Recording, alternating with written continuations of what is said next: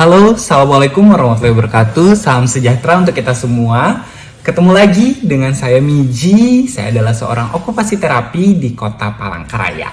Oke, nah di video kali ini kita mau sama-sama belajar atau sama-sama membahas tentang bagaimana sih dan seberapa pentingnya aktivitas bermain pura-pura terhadap anak kita. Jadi aktivitas berpura-pura ini lumayan kadang disukai oleh anak-anak kita, dan seberapa penting sih permainan pura-pura itu. Langsung saja, mari kita mulai videonya. Sebelum itu saya ucapkan terima kasih banyak kepada seluruh orang tua yang selalu mensupport video-video dan channel YouTube ini. Saya ucapkan terima kasih banyak, karena tanpa kalian mungkin video YouTube ini atau channel YouTube ini tidak berkembang sepesat ini. Dan kembali lagi, tujuan dari saya buat channel YouTube ini adalah bukan maksud untuk menjadikan semua penonton ini menjadi terapis, bukan. Tapi ini adalah niat saya adalah bagaimana ini menjadi wadah edukasi kepada orang tua atau kepada orang-orang yang selalu membantu anak-anak kita biar bisa berkembang dengan baik. Oke, langsung saja mari kita mulai videonya.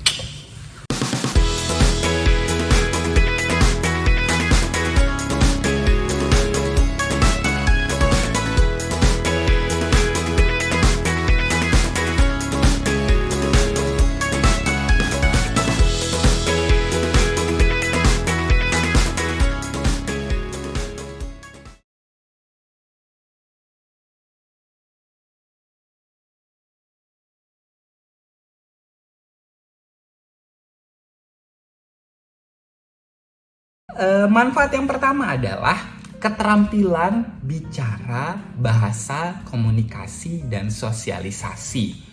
Jadi keterampilan bahasa ini terasah pada saat kita bermain pura-pura. Di sini mereka akan belajar mendengarkan kosakata apa yang harusnya dikeluarkan pada saat bermain ini. Seperti itu, nanti mereka belajar untuk menjalin interaksi antara satu orang, dua orang, terus mereka tahu, oh ini bahasanya. Dan pada saat kita bermain pura-pura, ada pertanyaan singkat atau ada paparan aktivitas atau paparan komunikasi yang kita lakukan pada saat bermain itu. Nah, jadi pada saat kita bermain pura-pura, anak terstimulus atau anak melatih kemampuan bahasa dan komunikasinya, seperti itu.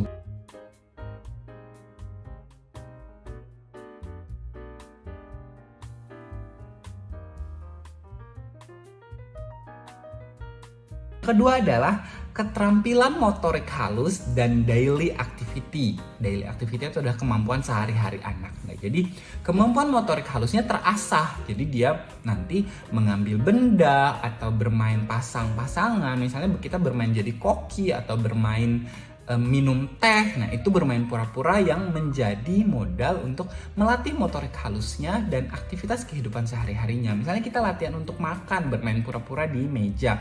Nah, di situ dia belajar bahwa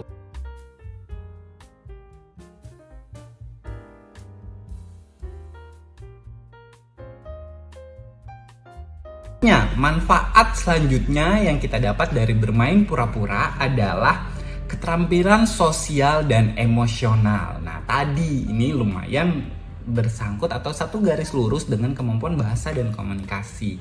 Semakin sering dia mendapatkan praktek untuk bermain aktivitas itu atau melakukan stimulus aktivitas itu, keterampilan atau life skill anak akan menjadi semakin terasah. Misalnya kita latihan memasak, latihan mencuci piring, bermain pura-pura ini, keterampilan itu akan semakin terasah dan kemampuan sosialnya juga akan semakin bertambah. Nanti misalnya tadi yang saya bahas pertama, ketemu orang lain, anak-anak akan menjadi semakin, oh iya ya, saya udah pernah nih melakukan aktivitas itu. Jadi dia tidak, misalnya anak yang sudah pemalu atau apa, dia jadi tidak mudah menarik diri untuk hal itu, seperti itu.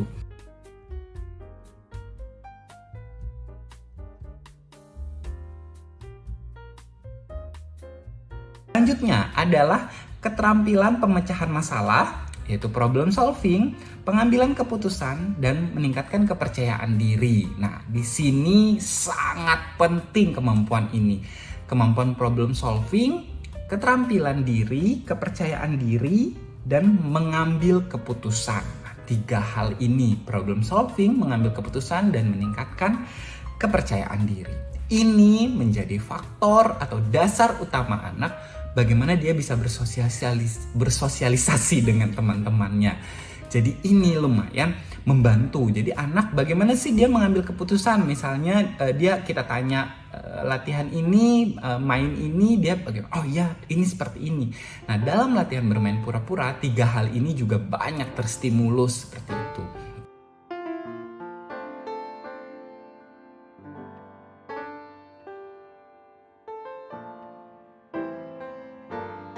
Memperkuat bonding antara orang tua dan anak. Nah, ini akan membuat orang tua dan anak akan semakin erat, semakin tumbuh rasa kebersamaan, atau semakin terjalin interaksi yang lebih banyak dari orang tua dan anak-anak kita. Seperti itu.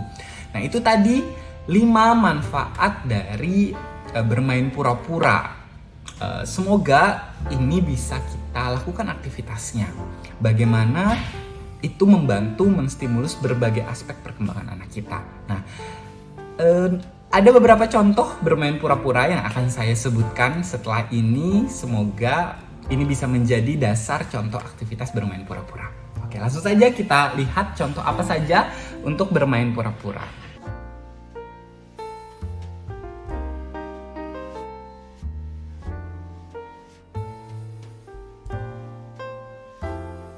Yang pertama adalah bermain merawat bayi. Nah, jadi misalnya kita punya boneka, nanti kita pura-pura ganti popoknya, memberikan susu, memberikan makan. Nah, ini lumayan suka kalau bagi anak-anak perempuan.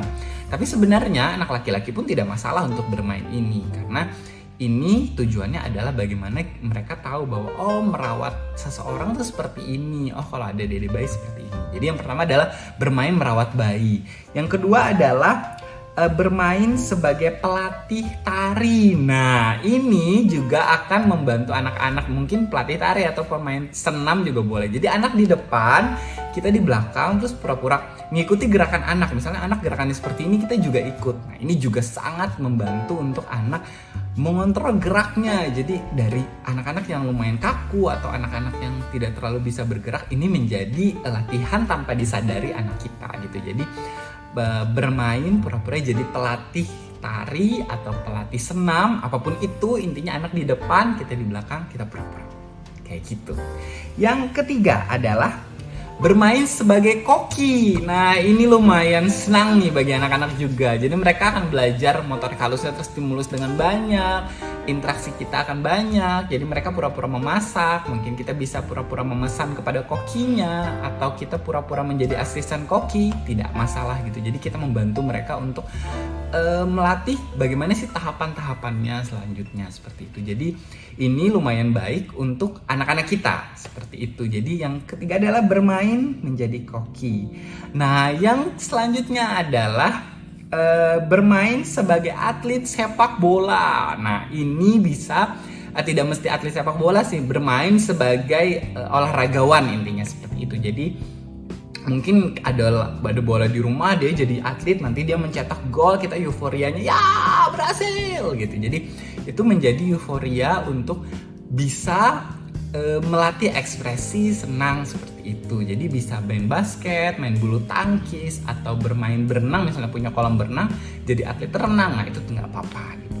Nah, selanjutnya adalah bermain sebagai guru. Jadi anak-anak menjadi guru di depan, dia pura-pura ngajarin kita di belakang seperti itu. Nah, ini juga banyak sekali membantu aktivitas anak untuk bagaimana sih dia bisa menstimulus kemampuan interaksinya dan mengingat sebelumnya kan dia diajarin, kita yang sebagai guru, dia yang sebagai murid. Nah, ini dibalik. Nah, ini juga membantu dia mengingat memori sebelumnya seperti itu. Nah, selanjutnya adalah bermain sebagai polisi atau aparat kepolisian, TNI, dan lain-lain lah. Intinya bermain menjadi polisi yang mengatur lalu lintas. Nah, bisa menjadi polisi. Jadi tiba-tiba dibilang stop, kita jalan atau apa seperti itu. Kalau misalnya anak kita bingung, bisa kita contohkan dulu dan kita yang bantu dia. Ini bisa disertai dengan menggunakan atribut, atau kalau punya baju polisi juga boleh. Jadi sekalian anak langsung merasakan vibes-nya lebih berasa seperti itu.